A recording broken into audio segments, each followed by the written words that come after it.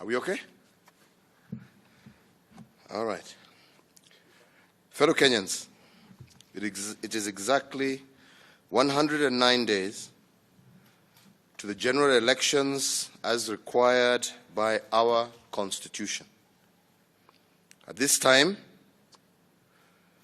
the Jubilee Party and others are at various stages of conducting their primaries in preparation for this event and participating in Kenya's vibrant democratic process.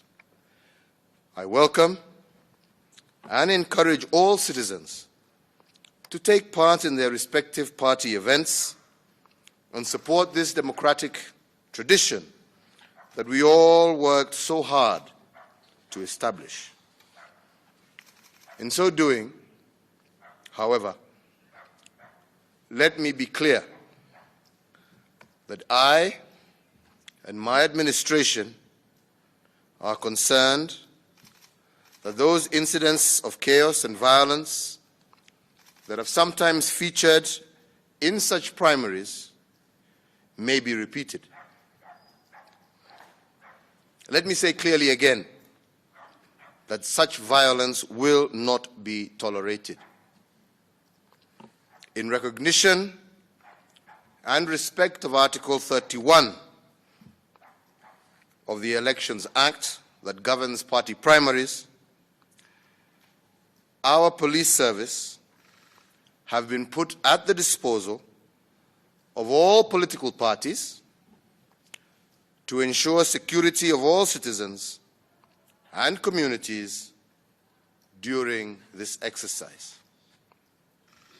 My government is committed to enforcing the rule of law and ensuring the safety and security of all citizens and communities during these primaries and the general election scheduled in August.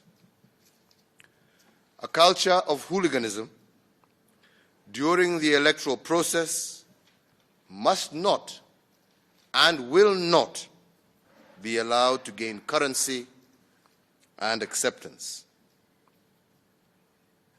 As the party leader of Jubilee, I would like to assure all members of the Jubilee Party, as well as all aspirants, that our party has worked hard and invested very heavily to ensure a free, fair, transparent, and credible primary. Let me emphasize once again, as I have done severally in the past, that there are no candidates favored by the Jubilee Party leadership, and I will work with the people that wananchi elect, and together we shall present to the nation our shared vision and agenda. I want to repeat that again, that I emphasize that there are no candidates favored by either myself or the Jubilee Party leadership, and that I will work with the people that wananchi elect, and together with them we shall present to the nation our shared vision and agenda. As an administration, a robust plan that over the next 5 years will continue to build a new Kenya that is prosperous, achieves further economic growth, and delivers quality jobs and service to every Kenyan. I take this opportunity to commend and thank more than 60,000 Jubilee Party officials and staff that have worked hard to prepare the enormous logistics for the primaries and have been deployed in readiness for the primaries. But I take this opportunity also to warn them that they must conduct themselves with the utmost integrity. I am confident that our process will be robust and credible, and that one we can trust and have confidence in. Several measures have been put in place to ensure that the credible process includes ballot papers with pictures as well as security features. Given the extraordinary measures that the party has put in place in organizing these events, the point of weakness will only be the actions of any unruly aspirant who would wish to subvert this process by engaging in violence. Let anyone that is considering using violence hear me clearly. It will not be tolerated, and you will face the consequences. Any aspirant not satisfied with any aspect of the process is encouraged to raise their concerns in a civil manner and to use the internal party process set up to consider and adjudicate on any such concerns.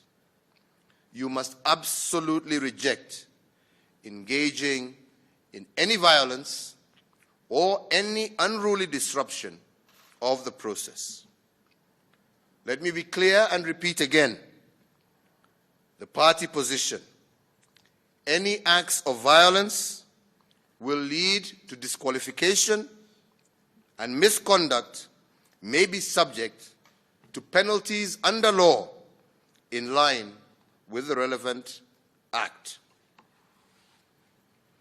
In most of the counties, we have witnessed the smooth running of party processes.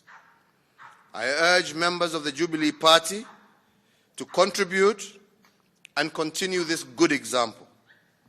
Let us show everyone how party primaries can and should be conducted in a calm, professional, and civilized manner. I am without doubt proud to be the leader of the Jubilee Party, a party that brings every community together, working together in harmony to offer and build a new Kenya. A party that has already shown its clear vision and ability to bring development throughout our great nation. A government that is implementing programs and projects that ensures Kenyans of every age can enjoy access to better public services, engage more easily in business, be trained, and find higher skilled jobs, to play a part in securing the future of our children and transforming our nation. Your voice, as the people of this great nation, your voice as party members of Jubilee counts. Your choice matters. I encourage all Jubilee members to come out tomorrow, Monday, and Tuesday and play your part in our democracy and ensuring the best candidates are selected. Candidates who can be the best leaders in our next government, national parliament, and county assemblies. I take this opportunity to wish all Jubilee aspirants the very best of luck.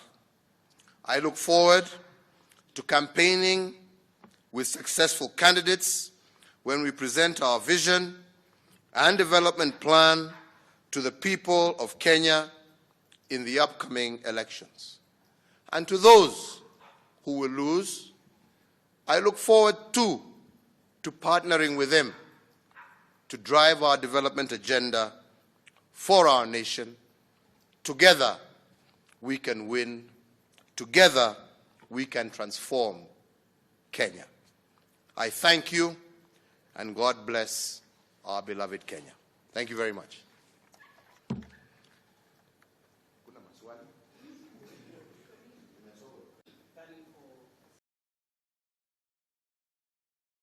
Nairobi, where Songo, Senator Songo, and Peter Kenyatta are running. You said maybe you can talk to them to see that maybe one or two can step down. I think I had made myself very clear.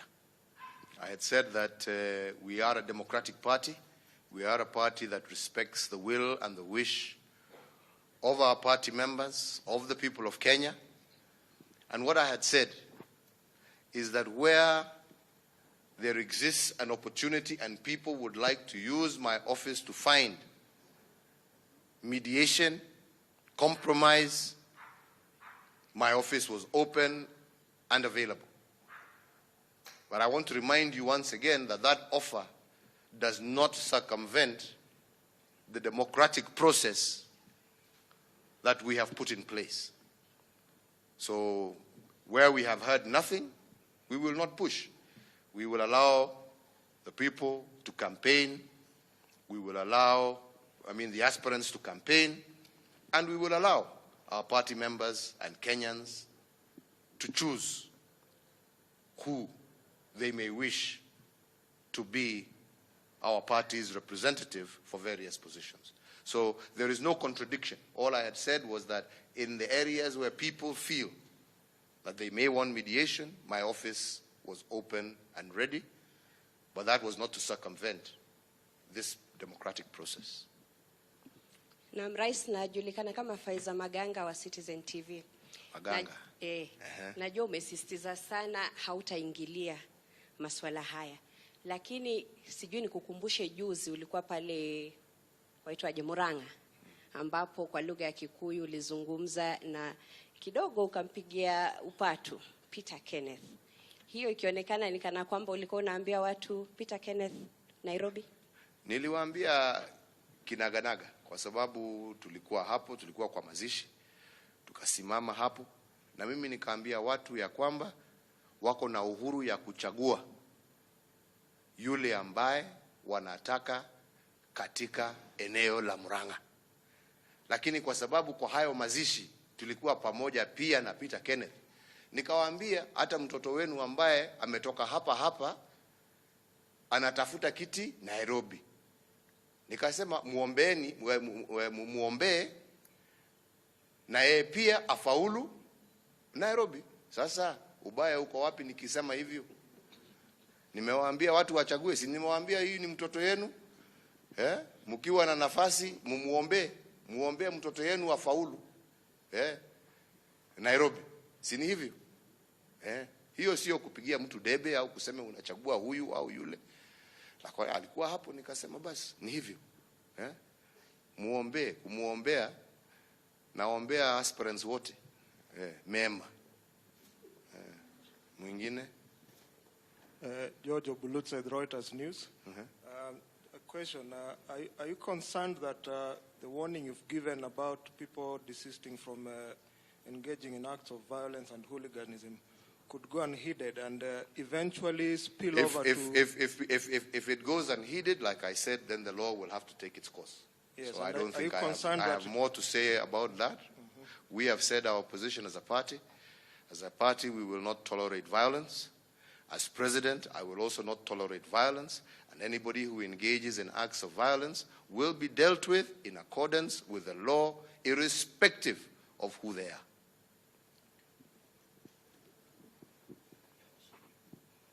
Hujambo. Sijambo. Naitwa Leila Mohamed, reporter NTV. Leila. Naam. Kuna baadhi ya waniaji viti tofauti ndani ya chama cha Jubilee ambao wanasisitiza kwamba kuna wanasiasa au wasimamizi ndani ya chama ambao wana ushawishi mkubwa ni nani atakaye wania kiti tofauti kupitia tiketi cha chama cha Jubilee, na wanasema kwamba kuna mvuto, wanataka ni mtu fulani, na wala mchujo utakaofanyika utakuwa na ushawishi mkubwa kuwafanya wasichaguliwe. Unawahakikishia vipi kuona kwamba mchujo utakaofanyika kesho na Jumatatu na Jumanne utakuwa huru na haki, japokuwa kwamba hizi zimeanza, sauti zinazidi kuwa kubwa kila siku? Nimesema hivi, kama ulisikiza statement yangu kwa wema, nimesema ya kwamba napongeza maofisa wote wa chama ambao sasa kwa muda wa zaidi ya miezi miwili wamekuwa wakijipanga kufanya huu mchujo.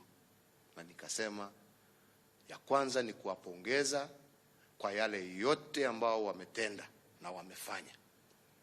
Lakini pia kama umenisikiliza vyema, nikasema pia natoa onyo kwa hawa pia ya kwamba yastahili sasa tukiwa tumefika kipindi cha lala salama, that they must present themselves and perform their duties with the highest integrity, kwa sababu yule ambaye hatafanya hivyo hata yeye pia atachukuliwa hatua, kwa sababu ni muhimu kwa maofisa wote wajue ya kwamba jukumu lao ni kuhakikisha ya kwamba sauti ya mwananchi ndiyo itasikika, sio sauti ya Uhuru, sio sauti ya mtu fulani au mwingine fulani, sauti ambayo itasikika na uamuzi utakuwa wa wananchi. Kwa hivyo tunawashukuru na tunawapongeza kwa sababu wamefanya kazi kubwa sana hawa maofisa, lakini wasije waiharibu dakika ya mwisho kwa sababu ya mambo kama hayo unataja. Si ni hivyo? Jackie, wacha Jackie aniulize swali. Ni rafiki yangu. Mr. President, I'm Jackie Maribe from Citizen TV. We still want to take you back to the question of Nairobi, and it was curious for a lot of people why the nomination was moved from tomorrow to Monday. And a lot of people don't feel that the Muslim community inclusion is reason enough to have moved it. Is there still room from where you sit as a party leader to find consensus? Because it's, of course, a cosmopolitan county, so to speak, and it's crucial for the Jubilee Party. Is there still a window for consensus, or all of them are just We will continue to endeavor to find consensus. With regard to party dates, the dates of nomination, I don't think I am best placed to answer that. I think that has been done by the officials in accordance with their own state of preparedness and also issues that maybe have come from the ground. I think that is a better question answered by more the party executive as to why they've moved things forward. But like I said, as my friend started off here at the very onset, my office, my position as party leader is available to any single aspirant, be they from Nairobi, be they in Kisumu, be they in Mombasa, be they in Lodwar. My office remains open to mediate for any aspirants that may wish to find a consensus position prior to the date of their nomination. But that is an offer that I am giving as party leader, but does not ultimately, like I'm saying, if their desire is to go all the way to the ballot, then the democratic process takes precedent over anything else. Sini sawa sawa? Mwezi kusema nimewahepa. God bless you.